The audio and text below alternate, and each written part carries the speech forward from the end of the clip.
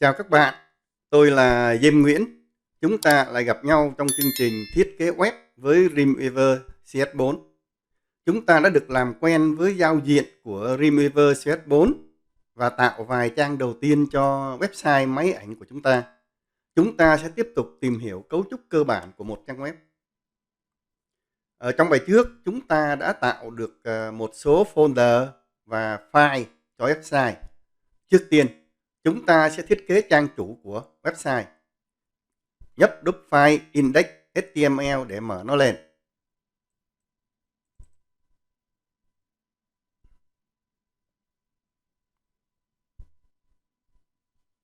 Nhấp vào nút Please để chúng ta khảo sát cấu trúc cơ bản của một trang web. Một trang web được thiết kế bằng các tag, ta gọi đó là các thẻ. Nhìn vào cấu trúc của trang web này, bạn sẽ thấy thí dụ đây là thẻ Head và đây là thẻ Head. Đây là thẻ Body và đây là thẻ Body. Công dụng của các thẻ này là để định dạng cho một nội dung. Đối với thẻ, chúng ta có thẻ mở đầu và thẻ kết thúc. Thí dụ, thẻ mở đầu Body và thẻ kết thúc Body. Các bạn thấy thẻ kết thúc khác thẻ mở đầu ở dấu xuyệt. Một thẻ được chứa bên trong một cặp móc nhọn, với ở giữa là tên thẻ. Đây là tên thẻ. Thí dụ, nhìn trong trang index.html, các bạn sẽ thấy đây là thẻ mở đầu Head và đây là thẻ kết thúc Head. Đây là thẻ mở đầu Body và đây là thẻ kết thúc Body. Đây là thẻ mở đầu Title và đây là thẻ kết thúc Title. Thẻ mở đầu cho biết đó là nơi bắt đầu và thẻ kết thúc cho biết đó là nơi kết thúc. Thí dụ, nếu chúng ta có một đoạn văn bản, chúng ta dùng thẻ B để làm đậm vài từ của nó, thì chúng ta sẽ phải có thẻ kết thúc B ở nơi chúng ta muốn kết thúc việc làm đậm. Nếu không có thẻ kết thúc B, toàn bộ văn bản sẽ bị làm đậm. Tôi có thể thí dụ ở đây. Thí dụ bây giờ tôi cho chữ đồ họa tổng hợp này đậm lên. Tôi sẽ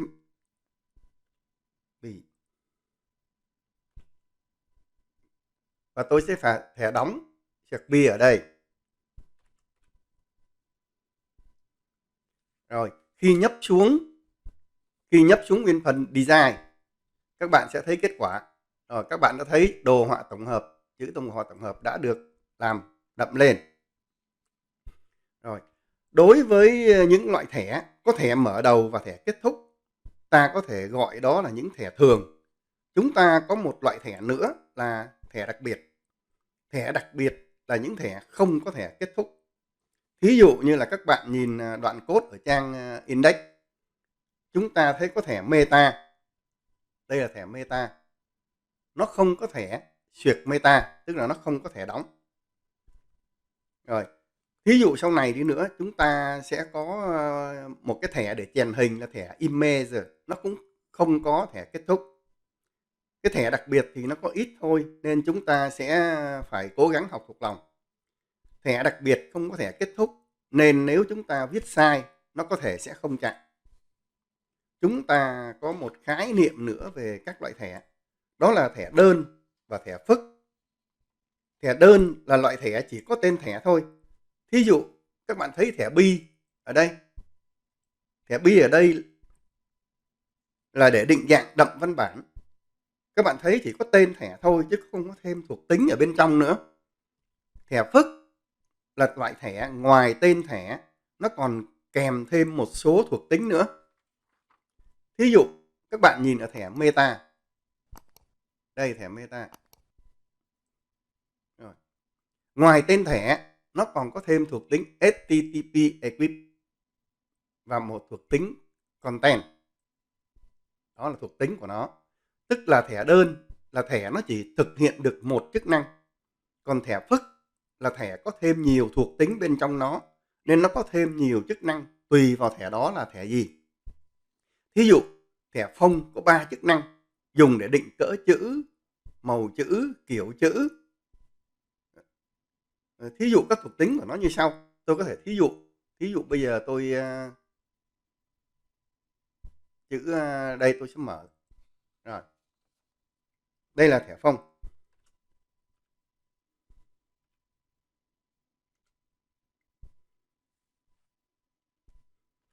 Đây là thẻ phông. Thí dụ tôi đóng thẻ phông ở đây.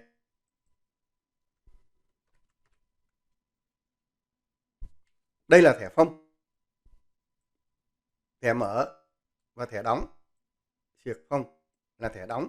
Thí dụ bây giờ tôi sẽ cho nó một thuộc tính bên trong nữa. Thuộc tính đầu tiên của thẻ phông là phông size. Nó sẽ gắn size. Nó sẽ nhảy tới size. Thí dụ đây tôi cho nó là size 3. Size 3. Rồi tôi cho nó màu là color. Thí dụ tôi cho nó là red. Rồi, một thuộc tính nữa là phông phê. Phông phê. Thí dụ tôi cho nó là Arial.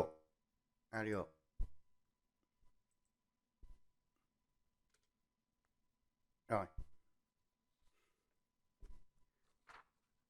Tôi sẽ nhấp xuống bên phần design để cho các bạn coi kết quả. Các bạn thấy là cái dòng chữ các bạn đến với đã bây giờ nó khác phông với lại cái dòng kia. Thế là bây giờ nó là phông Arial. Và size chữ của nó là 3. Màu chữ của nó là màu đỏ.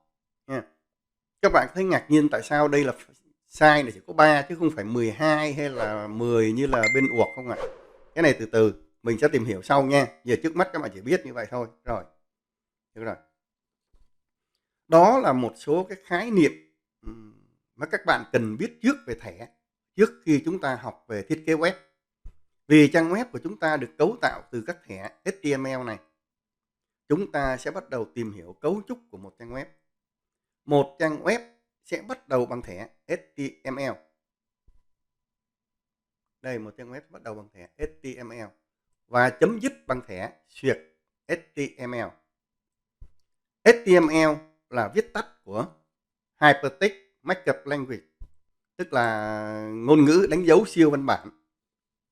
Khi các bạn tạo ra một trang web mới, Dreamweaver sẽ tự tạo cho các bạn một cấu trúc như là các bạn thấy ở trên màn hình đây, và các bạn không có cần phải nhập vào.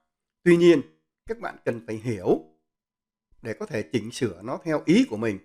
Ở đây, các bạn có thể thấy thuộc tính HTML, XML đây là thuộc tính. Đây là thuộc tính HTML, đó, đây là thuộc tính này.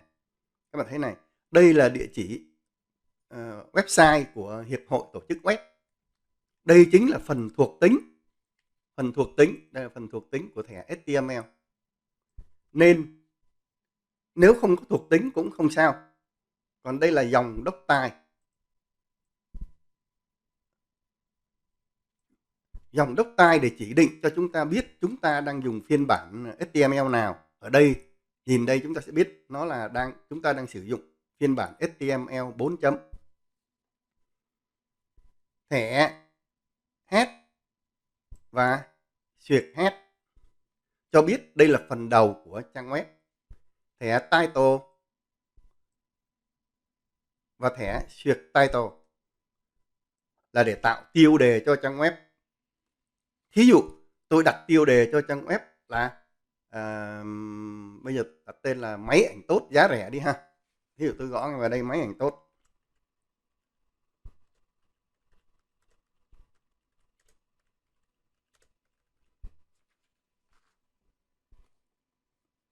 Rồi. Máy ảnh tốt giá rẻ. Phần tiêu đề này đó nó cũng khá là quan trọng. Các bạn nên đặt sao cho nó nói lên được cái đặc điểm của trang web hay là cái chủ đề của trang web.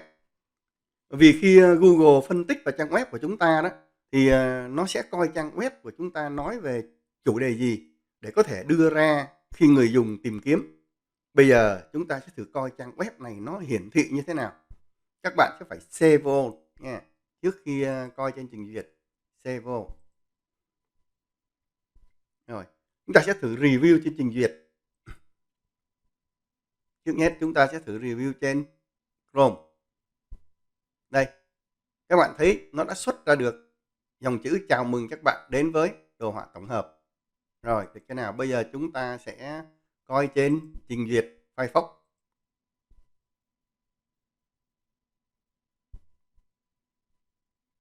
Đây là trình duyệt Firefox cũng đã xuất ra được. Rồi, chúng ta sẽ coi trên trình duyệt IE. Rồi, đây là trình duyệt IE, chúng ta cũng đã xuất ra được hàng chữ này. Rồi, các bạn nắm được tới đây chưa ạ? Rồi, thẻ body cho biết đây là phần thân của trang web. Đây là phần thân của trang web. Và thẻ xuyệt body cho biết đây là kết thúc của phần thân của trang web. Chúng ta sẽ thử nhập một đoạn văn bản vào bên trong hai phần thẻ nó coi sao. Tức là chúng ta sẽ thiết kế ở phần code. Chúng ta sẽ thiết kế ở phần code. Rồi, tôi sẽ nhập lại. Tôi nhập lại cái hàng chữ mà giống như là cái bài của bài trước chúng ta đã tập rồi đó, để cho các bạn coi cái kết quả của nó thôi nha. Ví dụ tôi nhập lại là chào mừng các bạn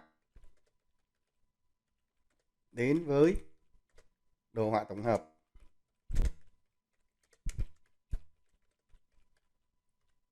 Rồi, được chưa nào? Tôi nhấp chuột xuống phần design. Rồi, tôi đã có được. Như thế chúng ta thấy là cái phần nội dung của trang web, đây nội dung của trang web, nó được nằm trong cặp thẻ body và xuyệt body. Đây là thẻ body và đây là thẻ xuyệt body. Đây là phần nội dung của trang web. Được chưa nào? Rồi. Và chỉ có những gì ở trong phần thẻ body này thì mới được xuất ra ngoài trang web mà thôi nha. Còn ngoài phần body này là không có được xuất ra ngoài trang web. Xin nhắc lại là một trang web á, là nó bắt đầu với thẻ HTML và kết thúc ở thẻ xuyệt HTML. Bên trong của cặp thẻ HTML này đó thì nó sẽ là thẻ head và thẻ xuyệt head. Bên trong cặp thẻ head này sẽ là thẻ title và thẻ xuyệt title. Rồi, thẻ title này như vừa rồi tôi nói là nó là dùng để tạo tiêu đề cho trang web nha. Rồi, bên trong cặp thẻ body và xuyệt body sẽ là phần thân của trang web. Ở phần head chúng ta còn có một thẻ meta nữa. Đây là thẻ meta. Chúng ta còn có một thẻ meta nữa. Thẻ meta là thẻ phức. Đối với cấu trúc cơ bản của một trang web thì không có thẻ này cũng được. Nhưng mà nếu không có, chúng ta sẽ không có định dạng được phông của trang web. Sau này chúng ta còn có các thẻ meta để thực hiện chức năng SEO cho trang web của chúng ta nữa. Muốn trang web của chúng ta có thể gõ được tiếng Việt, chúng ta phải định chasset là UTF-8. Đây, chasset là UTF-8. Đó. Để định dạng chasset, chúng ta sẽ vào menu Modify, chọn Page Property, và ở phần Title Encoding, các bạn thấy encode nó đang là Unicode UTF-8 nha. Rồi, khi mà mặc định, khi mà chúng ta vừa mới cài Remover xong á, thì nếu tôi nhớ không lầm á, thì nó là định dạng của nó là Western European nha. Đó là định dạng mặc định của nó đó. Thì nếu mà nó ở định dạng này đó thì tiếng Việt của chúng ta sẽ không hiển thị, cho nên chúng ta sẽ rất là khó nhìn nha. Các bạn nhớ các bạn phải để là phần encoding này, các bạn phải để là UTF-8. Encode UTF-8. Rồi, apply. Ok. Trang web của chúng ta hiện đang dùng đây là sử dụng HTML 4 chấm. Để chuyển cái cấu trúc này sang HTML 5 chấm, chúng ta sẽ sửa lại như sau. Tức là chúng ta sẽ rút gọn cái phần doctype này lại. Phần doctype này chúng ta sẽ rút gọn lại.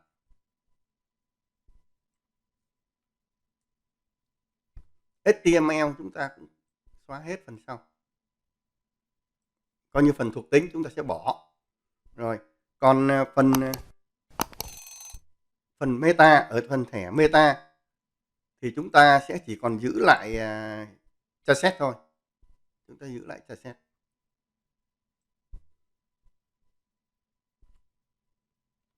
Và các bạn nhớ một điều đó là UTF-8 này đấy nha. UTF-8 này các bạn phải để nó trong cái cặp dấu nháy đôi nha. Nhớ một điều nha, phải có cái cặp dấu nháy đôi ở trong, tức là UTF-8 phải nằm trong cặp dấu nháy đôi. Rồi. Các bạn thấy ngôn ngữ, đây là ngôn ngữ HTML 5 chấm nha. Đó. HTML 5 chấm thì nó đơn giản, đi rất nhiều ở phần khai báo doctype. Phần HTML và phần khai báo meta, nhưng nó cũng mạnh mẽ hơn. Nó có thêm một số thẻ mới rất mạnh, sau này chúng ta sẽ được học tới. Bài này thì ngắn vậy thôi nha. Như vậy chúng ta đã biết sơ về cấu trúc cơ bản của một trang web. Trong bài sau chúng ta sẽ được học về các thẻ đầu tiên. Cảm ơn các bạn đã chú ý theo dõi. Nếu các bạn thấy video này hữu ích, các bạn có thể like, share và nhấn nút đăng ký để nhận được thông báo khi có các video mới.